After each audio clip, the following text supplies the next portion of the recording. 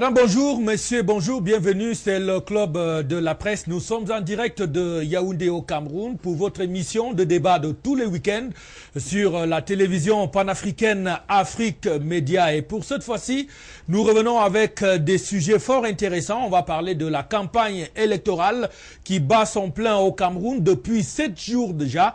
Il est donc question, dans le cadre de cette émission, de faire un premier bilan de cette première semaine de campagne électorale dans la perspective des législatives et municipales du 30 septembre prochain avec nos invités. On va donc essayer de parcourir le pays pour savoir ce que les partis politiques disent aux potentiels électeurs du 30 septembre prochain. Également, une autre actualité qui nous intéresse dans le cadre de cette édition du Club de la Presse, c'est bien sûr la libération d'Aman Adama. L'ancienne ministre de l'Éducation de base a donc passé sa première nuit chez elle depuis 48 mois que cela durait puisqu'elle était en détention du côté de la prison centrale de Yaoundé pour une question de détournement de fonds publics. Mais également, le jeudi dernier, le tribunal criminel spécial a donc abandonné les poursuites pour elle et ses co-accusés dans la faveur donc du décret pris récemment par le chef de l'État qui indiquait les conditions dans lesquelles ceux qui remboursent le corps du délit peuvent recouvrer la liberté. Voilà donc pour la vitrine centrale de cette édition du Club de la Presse, une émission qui est éminemment politique puisque le panel est abondamment animé par ceux-là qui occupent des postes de responsabilité dans différentes formations politiques au Cameroun. Je m'en vais donc tout de suite et maintenant vous introduire qui vont animer cette émission. Ils sont avec nous sur le plateau. Je vais donc commencer par vous présenter Salifou Ndipendi qui est donc du parti politique qui a pour nom UDC, le parti d'Adamou Ndam Djoya. Il nous fait donc le plaisir d'être avec nous ce soir. Bonsoir messieurs et bienvenue au club. Bonsoir, bonsoir, merci beaucoup. Ok. De vous avoir invité sur votre plateau. Ok, merci donc à vous d'avoir fait le déplacement. Tout à côté de vous, Emmanuel Benoun, lui, il officie dans les rangs du parti de Nidjon Fundi, c'est le Social Democratic Front. On va vous souhaiter la bienvenue sur le club de la presse. Bonsoir, je me sens très honoré. Alors, c'est votre première fois d'être avec nous? Tout à fait. Ok, c'est d'être détendu, c'est un club de la presse, on s'exprime librement, mais dans la responsabilité. Il est également avec nous sur le plateau, lui, il est dans les rangs de l'UPC, le parti de l'âme immortelle. Lui, c'est donc Victor Onana. Bonsoir, messieurs, et bienvenue sur le plateau. Bonsoir et bonsoir à tous les auditeurs. Merci de votre invitation. Voilà, du côté droit maintenant, on a des figures qui sont déjà assez familières à cette émission. Je vais commencer par Eric Foyette, qui est du parti MRC, le parti qui fait parler de lui, en bien comme en mal. Alors, bienvenue sur le plateau, Eric Foyette. Bonsoir, bonsoir à tous les téléspectateurs et tout particulièrement au pape qui doit être certainement à notre écoute. Ok, voilà, c'est entendu. Et puis, l'un des piliers, c'est un monument carrément de ce plateau du Club de la Presse. Lui, c'est Georges Gilbert Baonla. Il est président de parti politique, le PR, pour ceux qui ne le savent pas, en dehors de ses activités dans le domaine des hydrocarbures. Alors, bienvenue, monsieur le président, sur le plateau. Bonsoir, bon après-midi beaucoup plus à tous les téléspectateurs d'Afrique Média. Voilà, le panel est donc présenté. On espère qu'il va nous retrouver. Notre consultant en maison également, François Bicoro, qui doit certainement déjà être en route pour nous retrouver. Mais qu'à cela ne tienne, on va tout de suite et maintenant entrer dans le premier thème qui nous concerne, en n'oubliant pas de mentionner à tous ceux qui nous regardent que vous pouvez également participer à l'émission par SMS uniquement. On le précise, ça ne sert à rien de vouloir nous joindre sur ce plateau parce qu'on ne peut pas prendre les coups de fil qui viennent de l'extérieur. C'est nous qui pouvons appeler ce dont nous pensons que la participation à cette émission est indispensable, je le dis bien. Vous pouvez donc réagir en fonction des thèmes que je vais d'ailleurs vous rappeler. Nous parlons de la première semaine de campagne électorale au Cameroun. Comment ça se passe chez vous? Quels sont les problèmes? Essayez de nous le dire à travers vos messages qui doivent être signés de votre nom et dites-nous aussi d'où vous nous regardez cet après-midi. Et bien sûr, le second thème qui concerne la libération de Madame Aman Adama. Quel commentaire pouvez-vous faire de cette libération? Voilà donc les deux sujets répondez par SMS, signé bien sûr. Voilà, on va commencer tout de suite et maintenant par parler de la campagne électorale. Je n'ai pas oublié de vous mentionner qu'on va essayer de joindre le ministre de la Communication du Cameroun, qui se trouve aussi être président d'une formation politique et candidat à cette élection. On va donc l'appeler, lui qui est du côté de Garoua, dans la région du Nord. Si la technique nous le permet, nous aurons donc monsieur le ministre de la Communication. On va aussi essayer de prendre le pouls sur le terrain parce que les informations qui nous sont parvenues font état de ce que dans la localité d'Nkola Famba, les militants de l'UPC auraient maille à partir avec ceux du RDPC qui sont en train de les empêcher d'installer leur dispositif de campagne électorale. Qu'en est-il? Nous le saurons dans le courant de cette émission puisqu'on va essayer donc de joindre ceux qui sont sur le terrain pour prendre la température. Voilà donc, mesdames, messieurs, globalement présenté l'ossature générale de cette émission du Club de la Presse. On revient en plateau. Nous sommes en direct de Yaoundé. C'est au Cameroun. Nous allons parler de la première semaine de campagne électorale au Cameroun avec les acteurs qui sont sur le plateau. Il s'agit tout simplement de faire un bilan. Alors, je vais commencer cette fois-ci par ma droite. Président Georges Gilbert Banla, vous êtes président de parti politique. Je n'ai de cesse de le rappeler sur ce plateau puisque, il y a de cela quelques temps, vous avez donné une consigne de vote à vos militants pour que le 30 septembre prochain, ils se penchent ou alors qu'ils choisissent les candidats du RDPC. Alors, la campagne a commencé, ça fait une semaine. Quelle première lecture, quel bilan peut-on faire jusqu'ici? Je pense que le RDPC est une mastodonte politique parce qu'en fait occupe un espace assez, disons, important. Sortez un peu la voix. Le RDPC est une mastodonte politique, je disais, et que occupe un espace assez important parce que selon les statistiques que nous avons déjà, ils occupent au moins 85%. Disons que de l'éligibilité. Et vous voyez qu'avec les 15% qui restent pour le Grand Septentrion, je pense que Aminatou vient combler cela. Aïdjo. Oui, mais Aminatou Aïdjo, dont je suis en contact avec. Ouais, donc, voilà, donc c'est un peu ça. Merci. Disons qu'a déjà commencé à mettre, disons que je voulais son atelier politique. Et puis ça met très mal en point. Certains hommes politiques qui pensent que du côté du Septentrion, c'était un repli identitaire. Vous comprenez à peu près. Alors, est-ce qu'on peut dire que le RDPC semble avoir jeté son devenu sur cette femme pour faire la différence dans le grand nord du pays, puisqu'il est dans l'extrême nord actuellement, où elle tient un langage de réconciliation? Est-ce que c'est le joker du RDPC pour cette élection? Oui, c'est un vieux joker. Vous savez, pour des enfants qui ne respectent pas leurs parents, je crois qu'ils n'ont pas le droit de citer parfois même dans leur vie. Et il faut vous rappeler bien que le Faïdjo a été très respecté par ses enfants. Et c'est pour cela que ce soit l'autre qui est dans l'UNDP, il est revenu aux affaires pour dire « je vais travailler pour le Cameroun ». Si Aminatou est venu dans les rangs du RDP, c'est parce que c'est un choix.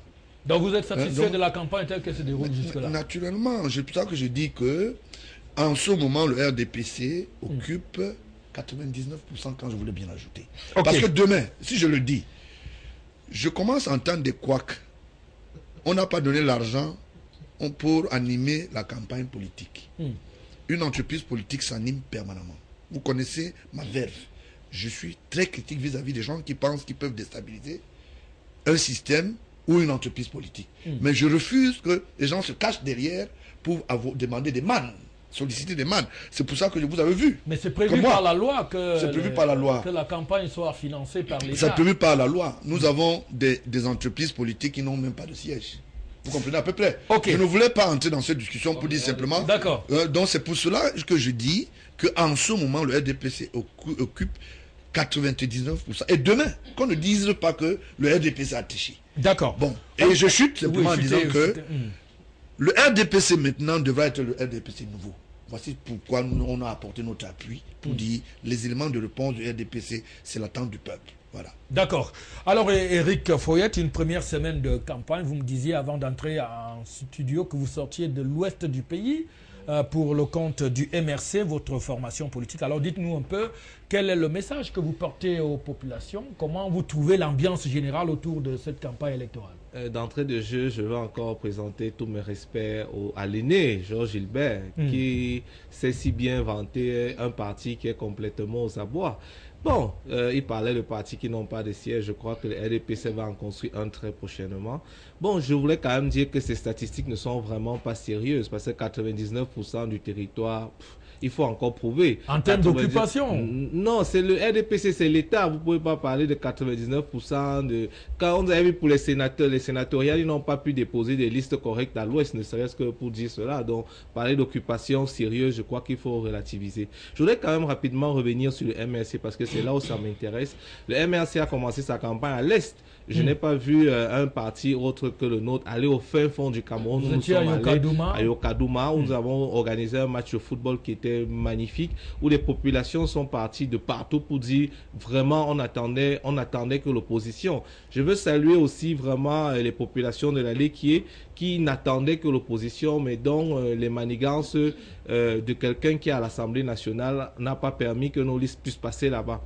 Bon, nous sommes passés à l'Ouest, comme je disais tout à l'heure, où le meeting était, je crois que malheureusement, il doit y avoir une censure technique au niveau des médias pour ne pas montrer la manifestation mais le temps populaire. de passage a été réglementé par la loi. Ça, c'est encore une autre tricherie du parti État qu'est le RDPC. Vous ne pouvez pas mettre des équipes. Nous, on est par exemple un jeune parti, on n'a pas encore été à l'Assemblée. Sur quelle base est-ce qu'on va nous allouer un temps d'antenne précis? Je crois qu'il fallait tout simplement mettre tous les partis sur le même pied d'égalité pour exploiter le temps d'antenne dans les médias, afin que les auditeurs, le peuple camerounais puissent de façon neutre décider de son choix. Je voudrais quand même encore enchaîner sur la partie... je voudrais rapidement parce que je veux dire certaines choses avant qu'on rentre dans le vif du débat. Après l'ouest, nous allons aller au nord-ouest. Après le nord-ouest, nous allons au littoral. Et après le littoral, vous savez que le président Moïse Kamto est candidat dans le centre. Et où nous voulons rafler les 7 sièges. C'est pour ça que vivement, je veux très vite contester les rapports de 99% de sondage du président. Non, il a parlé de l'occupation du terrain. Je vais le dire. C'est pas encore la victoire. Parce qu'on est justement en train de préparer l'opinion publique à la fraude. Moi, je suis sur le terrain et je ne suis pas un acteur uniquement de la télé ou de la radio. Je suis sur le terrain, je travaille sur le terrain, je sais de quoi je parle. Les populations camerounaises qui nous regardent, ils peuvent réagir, sont en grande partie frustrées de ce régime et veulent autre chose. Et le MSC propose un changement dans la paix. Donc, c'est généralement le message que nous donc, c'est le message de campagne. Je voulais préciser que nous ne donnons pas le riz. En plus, je chute justement. En plus du fait que le prix du riz a déjà beaucoup augmenté, c'est-à-dire qu'il s'est quitté de 18 000 à 20 000, les ménagères peuvent se reconnaître là-dedans. Je crois qu'il n'est même plus question donc, de distribuer le riz ou le poisson. Je n'ai pas vu beaucoup de partis le faire. J'espère que la CONAC va aller vérifier les 400 millions qui ont été donnés à une certaine personne. Bon. Ok, donc là on a pris les points de vue de M. Banla et de M. Foyette. Je me tourne maintenant vers vous, Victor Onana. Vous êtes de l'UPC et vous êtes candidat dans le centre, dans la circonscription du Fundi. Alors ça c'est nouveau quand même. Comment ça se passe la première semaine de campagne? Dites-nous un peu. Ça se passe bien pour votre formation politique? Il y a des problèmes? Si oui, lesquels? D'abord, je voudrais dénoncer quelque chose que je venais d'apprendre tout à l'heure. C'est le comportement des militants et des généraux de campagne RDPC dans la commune d'Onkola-Famba. Non contents qu'ils disposent de plus de moyens et de toutes les forces qui leur sont, mais ils empêchent d'autres partis de se déployer, notamment l'UPC. Qu'est-ce qui s'est passé concrètement? Aujourd'hui, nous avons assisté à une agression caractérisée. J'ai même appelé le sous-préfet pour le lui annoncer. La gendarmerie est prévenue, mais manifestement, ces gens-là se croient au-dessus des lois. Ils ont cassé les tentes, ils ont cassé les chaises, ils ont agressé physiquement les militants de l'UPC qui s'apprêtaient à tenir leur meeting. Comme cela est de coutume, depuis ce matin, nous sommes dessus. Et à l'heure où nous vous parlons, ce meeting ne se tient pas et les agressions continuent. Et nous demandons instamment aux autorités de ce pays d'intervenir énergiquement pour arrêter de telles dérives. Surtout lorsque ces dérives sont orchestrées par des membres du gouvernement. Les membres du gouvernement sont des impliqués membres du gouvernement RDPC. Dans la localité d'Nkola-Famba. On sait que c'est un département où Luc Magloa-Mbaga Tangana est ministre du Commerce et Ananga Messina est ministre délégué au ministère de l'Agriculture et du Développement Rural. Du moins, on aura le temps de vérifier ce qui se passe sur le terrain. On pourra joindre quelqu'un sur place. Le temps pour nous de passer la parole pour prendre un peu le pouls. La première semaine de campagne, on fait un bilan. Est-ce que les choses se déroulent normalement? En ce qui concerne la première semaine de campagne, elle se déroule en dehors de cet incident que nous décrions aujourd'hui. Mais les choses jusque-là se passaient très normalement, aussi bien dans le Fundi qu'en Kolofamba. Il n'y avait pas de problème, on tenait nos meetings et personne ne nous agressait, personne ne nous disait rien et nous mobilisions nos troupes et ça se passait plutôt bien sur le terrain. Je crois que c'est la panique qui commence déjà à gagner certains, compte tenu de cet engouement pour le parti historique. Et je crois qu'ils perdent un peu, ils commencent à perdre la tête. Ils perdent la tête, ils auraient peur de l'UPC. Vous pensez que c'est de ça qu'il est question? Mais bien sûr, vous avez dit, bon, c'est inédit. Ce n'est pas inédit. L'UPC, quand même. Si nous n'avons pas été là, ce n'est pas un mystère. Tout le monde connaît la hargne qui a été mise, qui a été développée par l'ensemble de l'administration et des pouvoirs politiques pour détruire ce parti-là. Hein? Et nous avons été empêchés. Bon, mais cette fois-ci, on a quand même réussi à surmonter cette animosité et avoir des listes. Et ces listes-là, je peux vous le dire, elles font mal sur le terrain. Elles font mal. Et elles le feront et on verra ça au 30 septembre. Au 30 septembre. Ok, rendez-vous donc le 30 septembre pour l'UPC. Alors, monsieur Benoun, comment les choses se passent-elles du côté du SDF? Est-ce qu'on a aussi des problèmes comme ceux soulevés par l'UPC sur ce plateau? Sinon, quelle est l'ambiance générale de campagne dans les rangs de votre formation politique?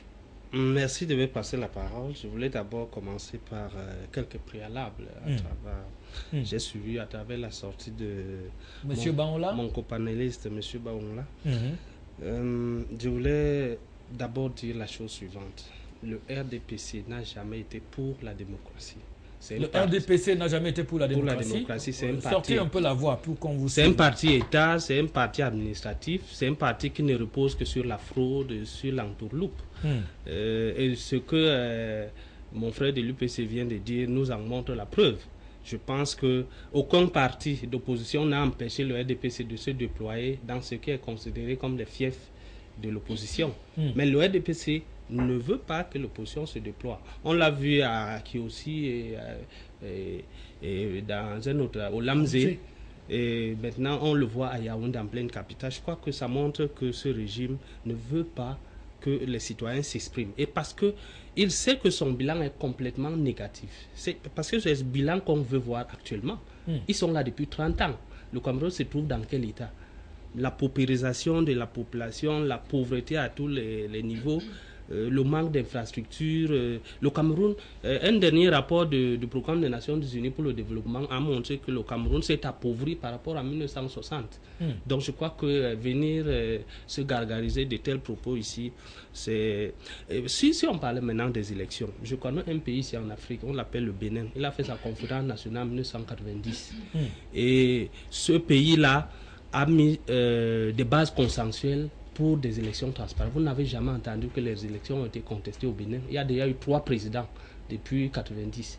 Ici, chez nous, c'est toujours fatalement le même régime qui gagne, comme si le Cameroun était un pays de godillots, des gens qui ne réfléchissent pas, qui reconduisent toujours les gens qui les font souffrir.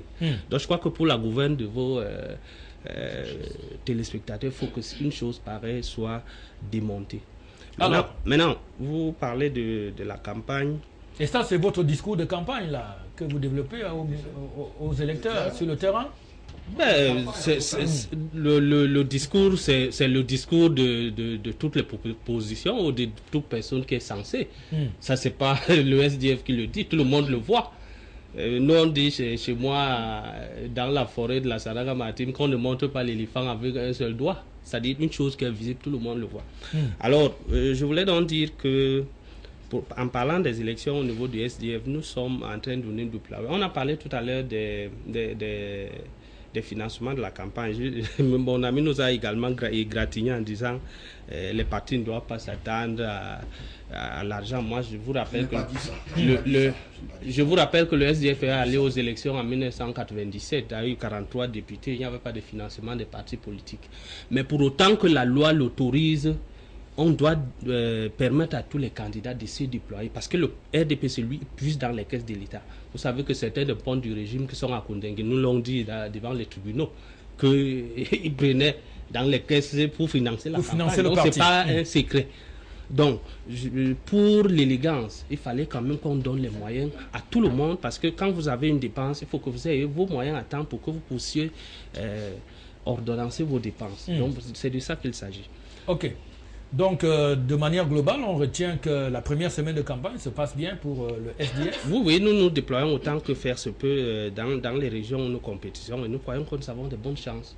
Alors, autant que ces élections soient transparentes, parce que c'est ça véritablement. Vous avez des doutes là-dessus? Absolument. Si on suit le processus depuis qu'il a commencé, il est permis d'avoir des doutes.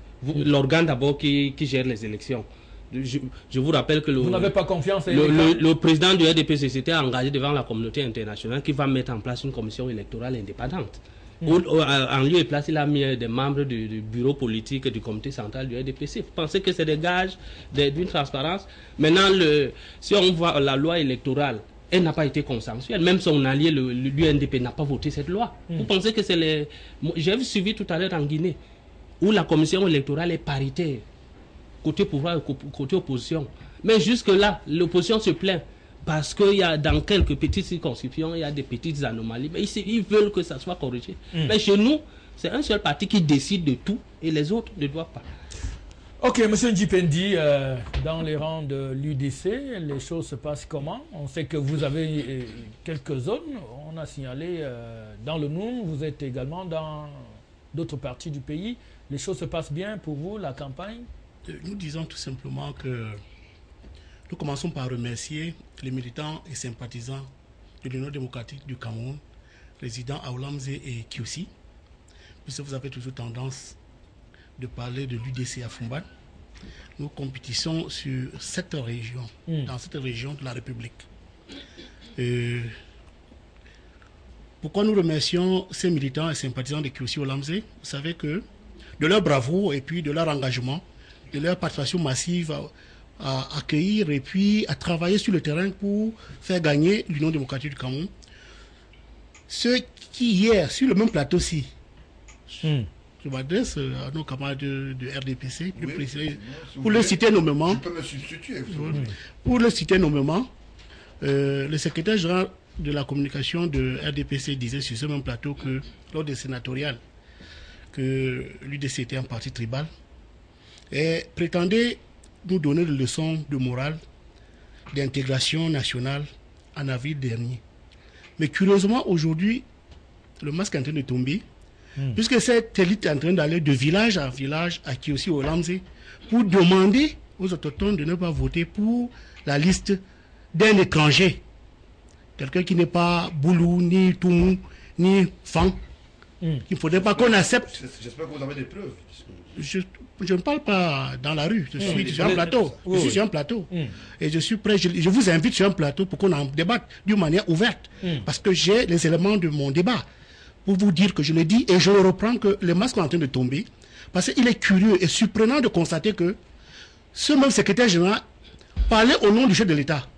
Et je l'invite à réviser ce code et de rappeler au chef de l'État que le masque est en train de tomber parce qu'eux-mêmes, qui a décrété ce comportement, sont en train de nous rendre la vie dure à Kiossi Oulamze. Les populations d'Oulamze qui sont militants de l'UDC et de Kiossi ne respirent plus. Ils passent de porte en porte pour intimider ces gars. Ils vont de maison en maison pour leur proposer de l'argent afin qu'ils démissionnent de l'UDC. Ils passent de maison en maison pour menacer ces gars, de les chasser après les élections, si au cas où ils votent pour l'Union démocratique du Cameroun. Étant donné que dans leur tête, si Namjoua vient compétir à Kiossi, il est entré dans leur 5,50 m. Et on n'accepterait pas qu'une opposition vienne compétir dans le Sud. Voilà leur langage. Mais on a vu le président d'Amjoua. Monsieur, je vous demande pas ce qui est du vécu. C'est pour cette raison que nous disons sur ce plateau, et je veux le dire sur tous les plateaux de la République, que l'Union démocratique du Cameroun ne se laissera plus cette fois-ci faire. Nous irons jusqu'au bout avec cette affaire, parce que non seulement qu'ils sont en déroute, ils sont encore en train d'interpeller l'élite Bamoun. Ah bon? Je crois que vous avez suivi dans les médias. Moi, Firo Marou était dans le sud avant-hier. Vous avez suivi aussi les médias. Vous pouvez inviter les Bamoun à ne pas voter pour l'Union démocratique du Cameroun. Donc, et s'ils le font, monsieur, ne m'intimidez pas les mots. Ne m'intimidez pas les mots. Monsieur Baoula, moi je suis un homme responsable. Je suis responsable, je suis prêt à témoigner n'importe où vous voulez. Monsieur Mufiro est descendu sur le terrain avant-hier, à qui aussi demandé au Bamoun que s'ils votent pour l'Union démocratique du Cameroun, ils seront chassés. Ils seront chassés d'où? De Kiossi et de Lamzé. Et ceux qui ont des boutiques seront fermés. Donc et qui ne peuvent pas accepter que l'opposition vienne gagner dans la frontière entre le Cameroun et le Gabon et la Guinée équatoriale. Donc, je conclus en disant ceci. Non, c'est beaucoup plus sérieux que cela, parce que la République ne vous appartient pas. Nous sommes tous des Camerounais. Et vous allez cesser. Ce n'est pas un débat. Tout le temps. Non, je vous le dis d'une manière honnête. Il faudrait qu'on sache que si on parle de la démocratie, c'est que nous laissons compétir les militants de la DPC chez nous. Ils ne sont pas gênés chez nous. Mais curieusement, quand nous retrouvons des gens qui sont aussi intellectuels, qui posent des actes aussi anormaux, et pour nous brimer nos militants et les ramener à rentrer à Fumban parce qu'ils veulent militer dans l'Union démocratique, nous disons que ça en est trop. Et donc c'est trop. Ok, on vous a compris. Monsieur Banla voulait réagir très rapidement parce qu'on a un problème de temps. Il faut rétablir la paix sociale. J'ai bonne mémoire que dans le Fumban natal de notre Cameroun, certains militants de l'UDC avaient balancé les pierres dans le sultanat. Parce qu'ils sont très bien élevés. Non, s'il vous plaît. Mais s'il vous plaît. S'il vous plaît. Laissez-moi parler. Vous prenez la parole. Vous racontez des inepties. Mais voilà, justement. Comment vous le savez? Non, j'étais dans le... Est-ce que je peux parler? S'il vous plaît, monsieur Banla a la parole. Prenez la parole quand on vous la donne. S'il vous plaît, soyons respectueux. Je voulais simplement dire ceci, que vraiment pour qu'on avance, la barbarie a commencé du côté gauche et non du côté droit. Maintenant, en ce qui concerne le militant qui est descendu interpeller les consciences des Camerounais qui ne veulent pas se perdre dans le tribalisme à outrance de l'UDC, je pense aussi sur mon dos, parce que nous savons que c'est un parti entreprise-famille, entreprise-famille, je le dis tacitement parce qu'on est président national à vie. Voilà, justement, je voulais simplement dire que tout le monde retiendra ici que c'est ça qui fait souvent gagner le RDPC. Parce que le RDPC ne tourne pas. Maintenant, le RDPC a un certain comportement à l'intérieur de la maison, dont moi-même je décris permanemment. Donc je ne donnerai pas l'autorisation que incitation faite qu'on interpelle la communauté, disons en paix du côté de Lamzé, qu'ils sont mal en point parce que les autorités les ont laissés entre les mains des babous qui veulent déstabiliser la paix sociale en allant traquer les militants de l'UDC. Encore qu'il faudra les identifier. Donc j'estime que c'est un débat qui n'a pas droit de citer ici. Si l'UDC veut se déterminer, nous attendons que les pierres n'allent pas du côté du sultanat prochainement et que les unes nous séparent, disons, les partis. Voilà. D'accord. Ok, pas tous à la fois. Monsieur Nana, je crois que c'est quelque chose, c'est une remarque qui venait d'être faite par l'UDC et qui est valable parce qu'en entame de ce débat, j'ai dénoncé un comportement tout à l'heure. Parce que qu'est-ce que dit monsieur Magloire Atangna Mbarga? C'est que l'UPC est un parti des Bassa et que les frères de Kola Famba ne peuvent pas se dévoyer. Il le dénonce dans Mutation d'hier. Il le dénonce de Mutation d'hier. Mais alors, et l'unité du Cameroun, où on la met? Si on se met à diviser le Cameroun en fonction des tribus, je dis c'est inacceptable. Non. C'est le ministre qui parle. C'est le ministre qui parle. C'est un ministre. Voilà, donc là, on note qu'il y a quelques problèmes. Il y a quelques problèmes. Nos effigies ont été arrachées avant-hier à Bankolo, à 0 pas de vous. Pas les militants du RDPC. C'était à 23h, à 22h30. Ici, à 0, à 22h30. Donc, j'ai dit ici à 0 pas. On a arrêté les gens. Ça veut dire que, si je vous comprends bien... Et lors du meeting ici, mardi, à Konkana, le monsieur qui nous a donné l'autorisation de faire le meeting à Konkana a été tabassé. Et il est hospitalisé, alors nous parlons. Tout simplement parce qu'il a laissé la latitude aux militants de l'Union démocratique du Cameroun. Voilà. Un meeting. On va essayer d'appeler sur le terrain, le temps que ça se calme un peu sur le plateau. Oui. Juste un petit mot. Oui. Je voudrais dire la chose suivante. Monsieur Baonla doit être sérieux. Nous sommes sur un plateau. Écoutez, laissez-moi parler. Parce que lorsqu'il dit que quelqu'un va aller boire dans un bar, écoutez-moi. Est-ce que c'est pas écoutez, c'est pas la première fois que c'est là. Je reviens à vous. Nous avons quelqu'un sur le terrain. Allô? Oui, allô? Oui, bonjour. Bonjour. Oui, nous sommes sur le club de la presse. Dites-nous, quelle est la situation à Ankola Famba? On a appris que vous avez eu des problèmes avec les militants du RDPC. Que se passe-t-il exactement?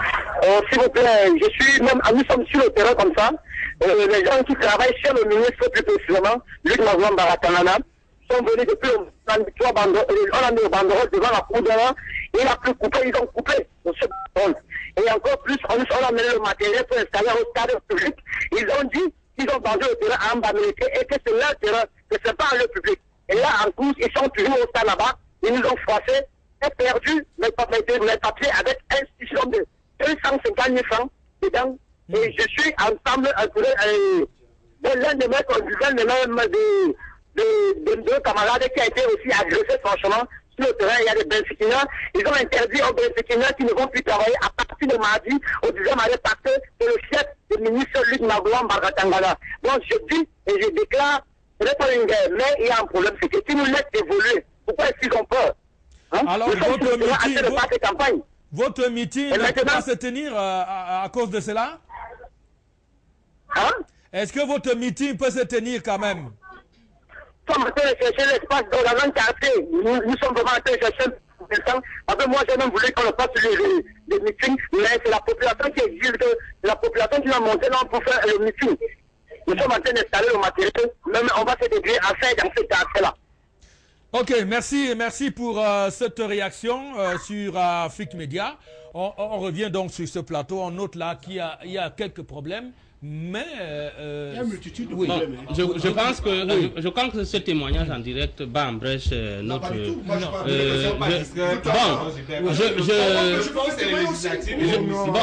voulais dire, s'il vous plaît, ne parlons pas tous à la fois. Sinon, s'il vous plaît, coupez les micros de. Je voulais rafraîchir juste la mémoire de M. Baounla en disant qu'en 1992, c'est pas la première fois. En 1992, lors des élections présidentielles, on avait chassé Manu Militari, les ressortissants de l'Ouest et de Saint-Milma de Bolova. Nous, on les a reçus ici à Yaoundé. Nous, on a vu. Moi, je ne vous demande pas. Moi, quelqu'un est venu habiter dans la maison ayant été chassé de Bolova. Ils ont violé nos. Vous parlez de quoi? S'il vous plaît. Je dis, mes propos sont c'est connu. Des médias ont filmé même des gens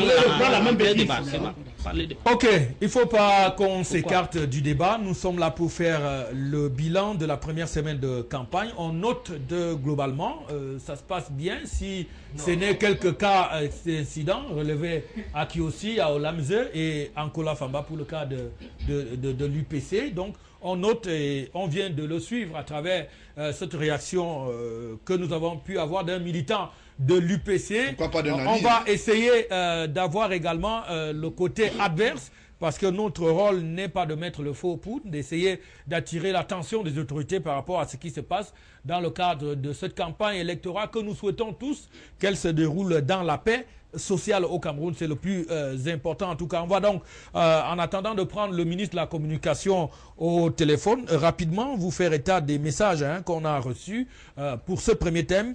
Le président Baounla peut-il...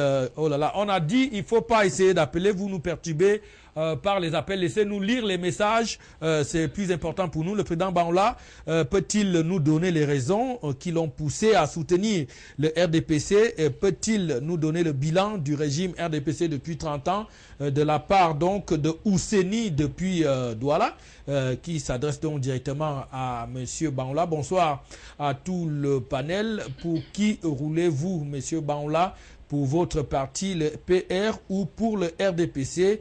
Je ne vous comprends plus. C'est Hugo depuis Ebolova qui pose donc également cette question. On va continuer. Décidément, on n'en a que pour M. Banla.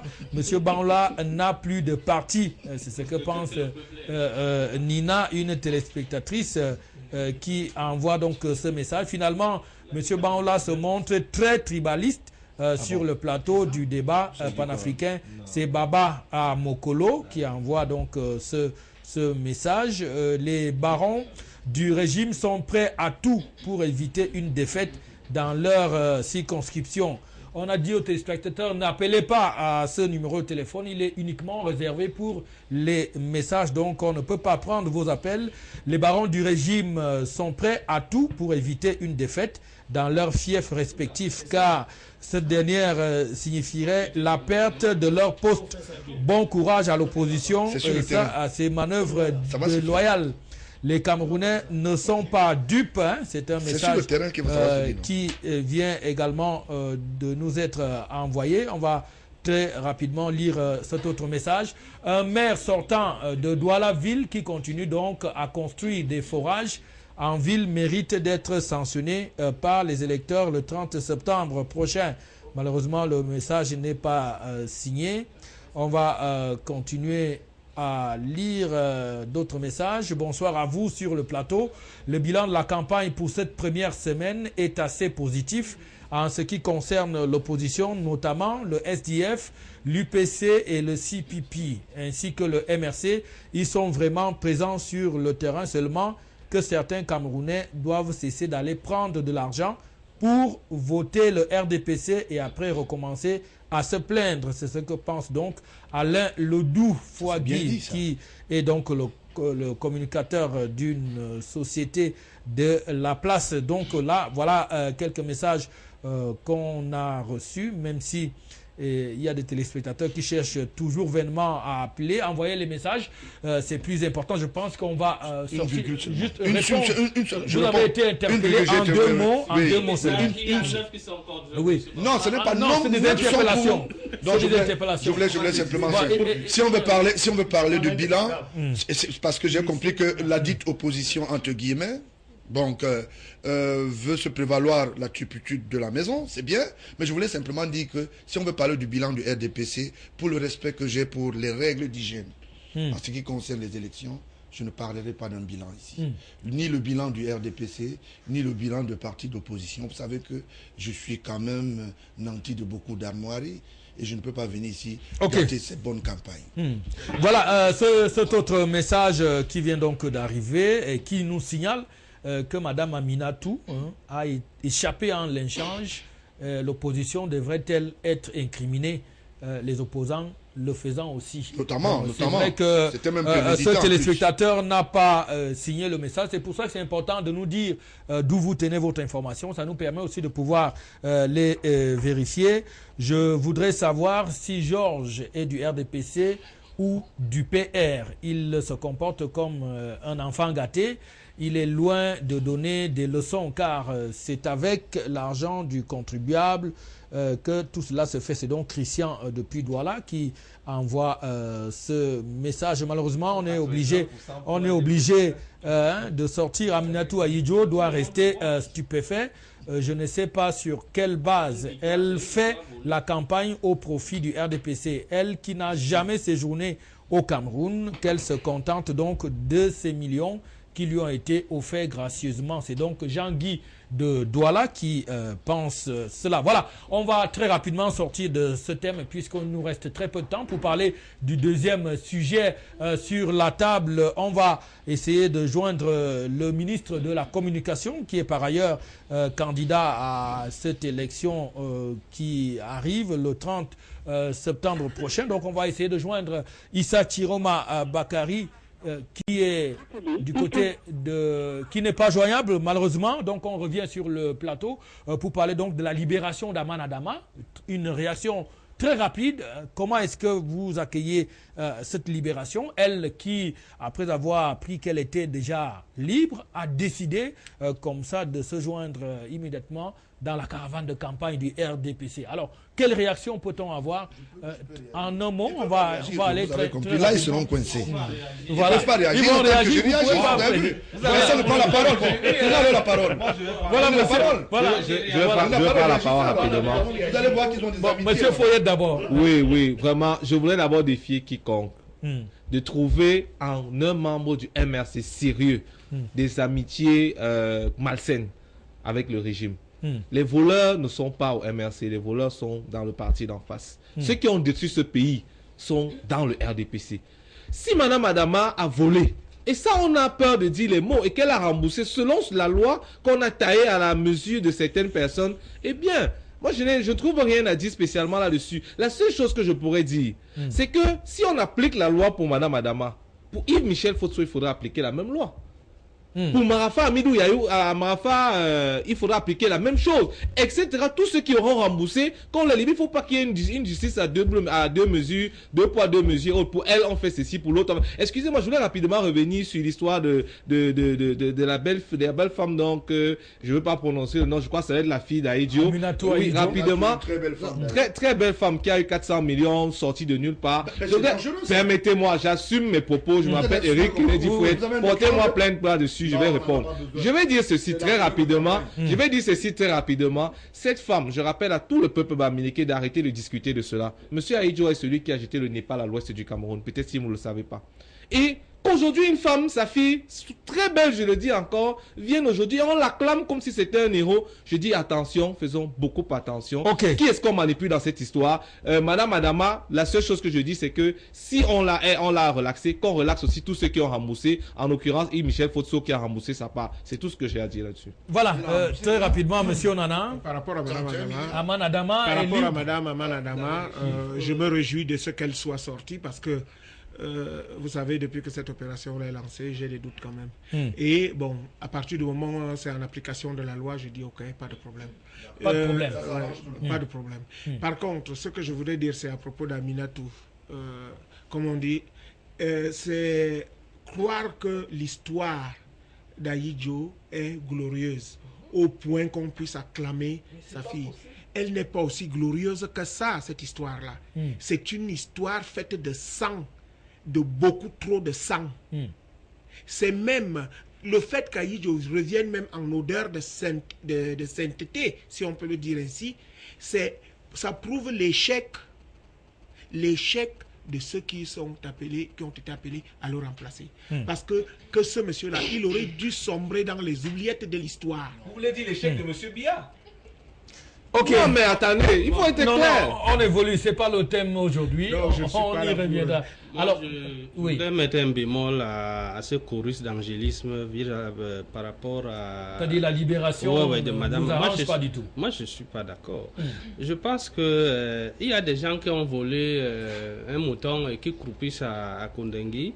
Et quelqu'un qui a empêché les Camerounais de se soigner, qui est responsable de la mort de plusieurs personnes à cause de l'argent qui a été détourné, bon, on applaudit parce qu'elle est sortie. Et puis surtout, elle nous dit qu'elle sort comme ça pour aller battre campagne pour le RDPC. C'est ça qui est une aberration. Donc c'est un voleur qui va aller dire devant les militants. Mais ça montre vraiment quel est le parti qui nous gouverne. Donc moi je crois que de ce point de vue, je ne peux pas applaudir comme mes frères le disent. Bon, maintenant pour la fille d'Aïdjo, moi je crois que ça venait ici, bon, le régime a constaté que c'est un échec parce que là où elle se déploie, c'est toujours, elle est contrariée par les populations. Bon, je crois qu'on appelle peut-être Madame Adama au secours pour qu'elle aille porter main forte parce que on a célébré la fille d'Aïdjo comme si c'était, je sais pas, mais elle avait une posture messianique, mais maintenant on se rend compte que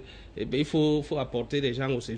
La libération d'Adama est plus politique que juridique, comme j'ai cru entendre ici. Ok. Alors, monsieur Dependi. Par rapport à Aman Adama, elle a été élargie après avoir restitué le code de délit. Et comme tel, on dit en français, dis-moi avec qui tu vis, je te dirai qui tu es. Elle est dans un cercle. Et c'est donc dire que c'est un milieu pollué. Et comme c'est pollué, on ne peut pas dire que Mme Adama est différent de ceux qui sont dehors, que M. Banla est en train de protéger. Donc c'est les mêmes gens Et comme nul ne peut se prévaloir de sa propre turpitude, ils encaissent, parce que celle-ci aujourd'hui a été jugée et élargie, demain, eux tous seront jugés. De par la nature et de par l'histoire. Par rapport au cas Aminatou Ahidjo, mais elle ne vient pas d'entrer, elle ne vient pas d'entrer dans le RDPC. Le RDPC, c'est la continuité de l'UNC. Je suis surpris quand que vous, journalistes, vous nous ramenez à ce débat pour dire qu'elle est venue s'inscrire dans le RDPC. C'est pas nous qui vous amenons là. Le RDPC, c'est le cheminement logique de l'UNC. Parce que c'est un décret qui a transformé l'UNC en RDPC, où se trouvait son feu père. Mais ce n'est plus le même parti. Oh, qu'est-ce que tu peux dire, en dire? Que tu peux en dire? C'est une idéologie. Ce sont les gens qui sont dans un même cercle. Donc, et Adama, Amina, à la case départ. Elle est entrée à la case départ. De parce que leurs pères ont concocté, le père d'Aïjo, avec Aïjo, et puis avec bien. Adamou Damja n'était pas un président de cette république. Il était ministre de l'éducation nationale, remercié et félicité par l'Assemblée nationale. Le seul depuis que Cameroun a vu le jour. Par l'Assemblée nationale. J'enchaîne en disant donc ceci que Aminatou Aïjo est libre. C'est une Camerounaise. Elle est camerounaise. Elle est majeure. Elle réfléchit. Elle a été à l'école du journalisme pour pouvoir, de l'informatique ou du journalisme pour pouvoir se former. Elle sait ce qu'elle fait. Donc c'est la suite qui nous dira. On ne peut pas déjà la juger aujourd'hui. Mais ce que je sais, c'est qu'elle est comme moi, elle est camerounaise, elle est en train de militer dans un parti politique, ça n'engage qu'elle. Alors, que pensez-vous? Avec 400 millions, c'est l'argent des contribuables. Et par rapport à ces 400 millions, vous savez que l'équipe de M. Baoula, par rapport à ce que M. Baoula le cite sur le plateau, par rapport à ce que M. Baoula, tu ne peux plus nous intimider dans cette république. C'est notre pays. Tu as compris? M. Baoula, vous n'allez pas nous intimider. Nous avons le moyen de nos politiques. Je vous dis. Ok, vous allez réagir sur la libération d'Aman Adama et puis répondre un peu à tout ce qui s'est dit. Bon, disons que le cas Aminatou Ahidjo est un cas déjà qui bénéficie d'une bonne expertise politique. Nous savons que Adamou Damja à l'époque nous a laissé des pots de colle dans le cycle. Et ce qu'il avait, là, il nous a laissé des pots de colle. Laissez-moi parler. Avec le nouvel équipe.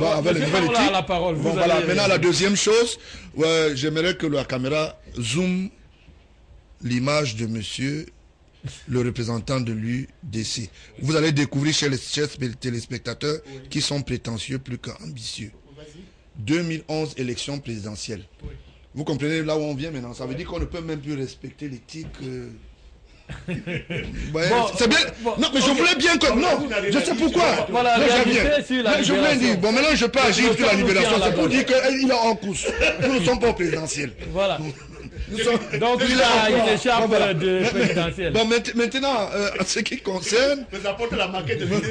Bon, en ce qui concerne maintenant le problème de Aman Adama, c'est un cas école. Parce que dans toutes les justices du monde, on peut négocier pour la restitution du patrimoine public, même aux États-Unis, là où il y a des cours de justice sérieuses. Même à la Cour de justice internationale, on a vu là, on a demandé aux gens de se réconcilier avec leur patrimoine. Ça veut dire que se dit que nous avons posé des actes et avec beaucoup de respect qu'on restitue un bilan. C'est pas nouveau et ça, nous entrons dans ce qu'on appelle la Cour institutionnelle internationale, ce qui concerne les lois. Pourquoi vous estimez que le Cameroun devrait rester avec toute cette expertise que nous avons ici? Vous-même, vous êtes des experts en la matière. Et aujourd'hui, si nous prospérons, ça veut dire que nous avons gagné du terrain. Et au niveau de la communauté internationale, nous sommes très appréciés. C'est vrai que M. Bia ne plaît pas, mais c'est ce qu'il donne qui plaît. Donc, c'est pour cela que je dis que... Non, s'il vous plaît.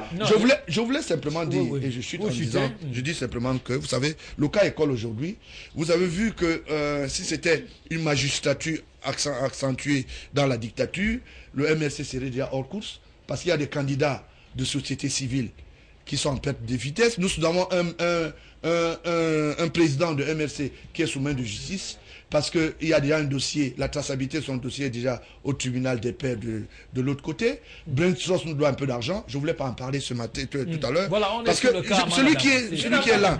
Bon, le cas Amadou, non, moi je dis, j'en viens. Je viens.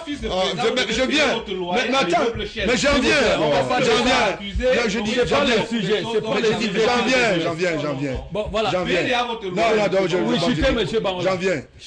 J'en viens. Bon, j'en viens. Je voulais simplement dire ceci. Vous savez, quand les gens, on profite d'être à côté du fils du chef d'État, et comme je suis un homme très posé, et je suis respectueux vis-à-vis. C'est un honneur pour eux et il faudra qu'ils tirent profit parce que je ne me balade pas avec des baïonnettes, avec des gendarmes. Ok. Donc, bon, d'accord. Et je voulais simplement dire ceci. Je paye mes loyers. S'il vous plaît, laissez-le conclure. Voilà, je conclus. Oui. Les loyers sont bien payés parce que nous respectons l'éthique. Non, s'il vous plaît. Monsieur Foyet, vous aurez la parole. S'il vous plaît. Je sais que je n'ai pas accepté un devis d'un informaticien pour la construction d'un site. Est-ce que c'est pour cela que je serai dévolu disons, à un fouet? J'ai refusé l'expertise. Okay. C'est pour ça que je dis simplement que le cas de Amanadama est un cas école. Et j'ai beaucoup de respect pour les institutions. Et je crois que tous ceux qui ont apporté atteinte à la fortune publique devront restituer cela pour que nous décollons pour une nouvelle fois. Il n'a pas remboursé en totalité. Bon, il nous reste très peu de temps, alors on va conclure, parce qu'on est avec vous sur ce plateau. Chacun a une petite minute, 30 secondes s'il le faut, pour conclure et nous dire la deuxième semaine de campagne qui va être amorcée. Quel est le plan stratégique? C'est vrai que vous allez me dire que vous n'allez pas dévoiler vos stratégies. Non, moi je peux même le dire, si vous permettez, en 30 secondes, très rapidement. La première des choses, c'est que le code pénal condamne clairement la fraude électorale. Ça veut dire que le MRC a mis une stratégie en place qui va interpeller tous les fraudeurs. Nous allons remplir Konengué. Je mets en garde, même avec les mains, tout ce que le RDPC ou quelques partis d'opposition ou du pouvoir vont vouloir utiliser pour frauder. Nous, on va les attraper, on va les conduire en prison parce que c'est un délit. On ne va pas laisser ça passer. On applique la loi, on est très légaliste là-dessus. Je voulais très rapidement rappeler à M. Baonla, qui est fils d'un président, que je trouve qu'il n'est peut-être pas le meilleur président, si ce n'est que la liberté d'expression qu'il donne aux Camerounais. Il nous a affamés assez longtemps. Moi, je voulais dire à M. Baonla, je l'ai connu il y a plus de 4-5 ans. Il a bonne mémoire. Je lui ai proposé des services et quand Radio Démenti existait encore, mais je lui rappelle ici que je n'ai jamais proposé de faire un site web. Il ne peut pas me déstabiliser là-dessus. Voilà. Et je voulais rapidement lui rappeler et dire à tout le monde que les sièges que M. Baola occupe à l'immeuble siège, l'immeuble Shell, ne sont pas payés depuis des années parce qu'il est le fils d'un chef de l'État. Et c'est un dossier qui court depuis très longtemps. Alors il n'est pas un modèle en la matière. On le connaît, le chantage, un certain nombre de choses. Qu'il arrête d'attaquer M. Kamto. Qu'on attend que la justice camerounaise attaque M. Kamto. Et qu'on n'ait pas peur. Il sera député dans quelques jours. Monsieur Foyet, ça va comme ça. Bon, Monsieur Onana, la deuxième semaine. Et puis, quel est le message? Moi, le principal message, c'est ce que j'appelle les citoyens camerounais à voter, à faire confiance à l'UPC, à reconstituer cette histoire noble qui a été interrompue à une époque et de faire confiance à ces continuateurs de l'œuvre. D'accord. Je voudrais aussi signaler que dans la perspective de la deuxième semaine, nous allons commencer par des meetings de lundi et nous allons poursuivre. L'incident d'aujourd'hui va vous refroidir un peu? Ah non, pas du tout, au contraire. Ça vous galvanise? Ça va nous galvaniser. Ok, voilà, monsieur Benoun. Il y a un ministre de Mobutu qu'on appelait Sakumbi. Et après la mort de Mobutu, vous savez ce que ce monsieur a dit? Non. Il disait qu'il voyait Mobutu boire du sang, il voyait toutes ces choses. Et lui-même, il glorifiait Mobutu comme un dieu, mais il était contraint. Donc je crains que certains ici dans ce pays ne tiennent le même discours, mais on les connaît. Ce que je veux dire par rapport à la suite de la campagne, on va continuer à se déployer comme on l'a commencé. Avec les moyens. Je pense que le moyen soit ou pas, nous allons nous déployer. Je vous ai dit qu'on a fait la campagne en 97, il n'y avait pas de moyens. Donc on va continuer notre campagne. Vous avez entendu un téléspectateur dire là que nous sommes les partis qui se déploient bien sur le terrain. Voilà. Alors, M. Ndipendi, nous allons finir d'abord en vous remerciant et puis en attirant l'attention du gouvernement camerounais par rapport aux chefs traditionnels et aux responsables administratifs dans nos différentes régions qui passent leur temps à rassembler les populations pour leur promettre la malédiction s'ils ne votent pas pour le RDPC. C'est ce qui se passe, monsieur. Et de deux, et par la suite, alors maintenant, les autorités religieuses qui font des messes inutiles, et que nous félicitons également les évêques qui ont sorti demandé pas pour le RDPC. Bon, et que, oui, c'est ça, tu peux lire. Les évêques ne font pas la politique. Les évêques font, mais ils dénoncent. Nous profitons de cette occasion pour leur dire merci. Et Après donc cette semaine de campagne, nous trouvons que nos messages passent à travers les effervescences qu'il y a autour de notre leader, Dr Damou Ndamja, qui est en train de sillonner les parties du Nord, l'extrême Nord, le Nord, la Damawa, le Sud. Il va enchaîner maintenant par le littoral, le Sud-Ouest et le Nord, l'Ouest. Donc nous trouvons que notre message passe et nous pensons très bien que les messages d'intimidation que ces gens lancent sur le terrain vont tomber dans les oreilles de sourds parce que les Camerounais, cette fois-ci, ont compris. Ils ont compris que vous là, M. Bangola, avec votre équipe, vous n'allez plus les intimider et vous ne ferez plus ce que vous avez l'habitude de faire. Parce que le Cameroun appartient à tous les Camerounais. On ne vous laissera plus faire. Merci. C'est trop. On vous a compris, monsieur Dipendi. Merci. Merci à vous d'être passé nous voir, M. Bangola. L'émission est arrivée à son terme. Non, mais je voulais simplement moi, je n'ai pas chuté, je voulais simplement dire ceci. Oui, le parti, c'est avoir les moyens de sa politique. Quand on a faim, on ne fait pas la politique. Ok, on vous a compris. Voilà. Ceux qui pensent que les entreprises politiques sont pour eux des mannes, ils n'ont qu'à se faire revoir le portrait ailleurs. Ok. Voilà. Voilà, mesdames, messieurs, la libération de Madame Amana Dama reste de la récupération politique du RDPC. Qu'en est-il de ces pauvres Camerounais qui croupissent dans nos prisons? C'est ce que pense donc Ricky depuis Douala. Le RDPC n'a plus rien à prouver.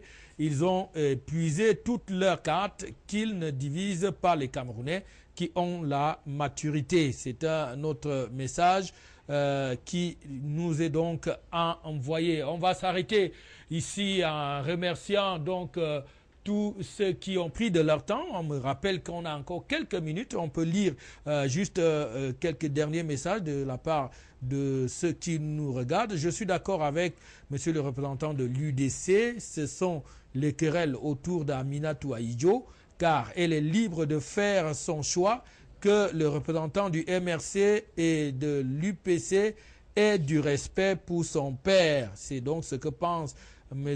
Ousseni Bello depuis Douala. Notre message dit à M. Bangola qu'il n'a rien à apprendre aux Camerounais. C'est ce que pense Ricky de Douala. On a lu ce message.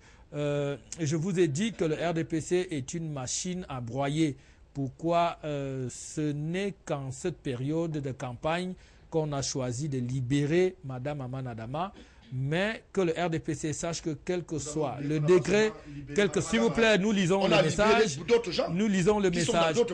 C'est le cas à Amana Dama, c'est elle qui est la tête de liste, qui fera, il n'aura plus le nombre de sièges à l'Assemblée. S'il vous plaît, coupez le micro de M. Bangola parce qu'on est en train de lire, on est en train de lire les messages et que l'émission doit s'achever dans quelques instants. Sinon, ceux qui nous envoient ces messages vont se fâcher parce que on ne lit pas leurs messages à l'antenne. Voilà.